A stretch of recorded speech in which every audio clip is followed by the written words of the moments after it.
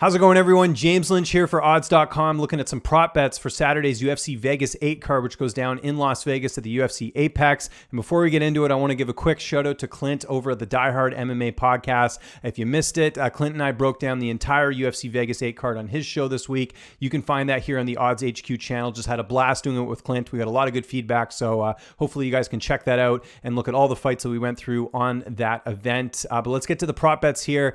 I don't like anything in the main event, but in the co-main event, I do like that Neil Magny and Robbie Lawler fight, and I like Neil Magny by decision in this fight. You can get him right now for minus 125. That's a lot better than getting Neil Magny at about a minus 250, minus 300 favorite, which he currently is right now against Robbie Lawler. I think Magny wins, but I don't think he finishes Robbie Lawler. Robbie Lawler is a very durable fighter. You look at the losses that he's had. He's only been finished twice since 2012, and one of those was a controversial stoppage with Ben Askren, if you remember, that took place last year. So I don't see Magny going out there and finishing Robbie Lawler. And you look at Magny as well, he's not much of a finisher. 5 of his 6 wins in the UFC, at least recently, have been by decision. So he's not a guy to go out there and finish it. I think he got the one finish over Craig White in between there, but most of his fights do go the distance, and I don't see anything being different here. Lawler hasn't fought since August of 2019. He's 38 years old. I just don't think the Robbie Lawler we're used to seeing, the former welterweight champion, I don't think that Robbie Lawler exists anymore, and I think Magny's going to use his height and reach advantage in this fight and win a decision in this one. So I'm taking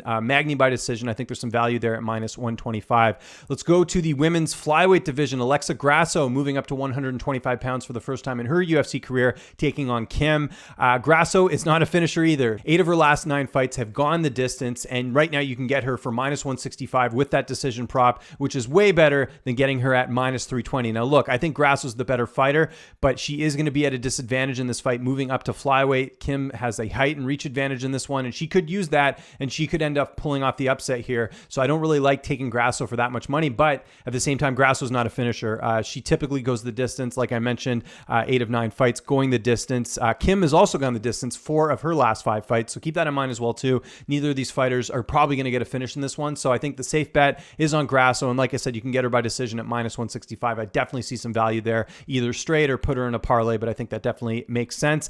And finally, I'm looking at the welterweight division, the first fight on the card, one of the first fights. We've got Sean Brady taking on Christian Aguilera. I like Sean Brady inside the distance. Now look, Brady has won his last 2 fights by decision, but I think this is a total mismatch, and the odds makers do as well.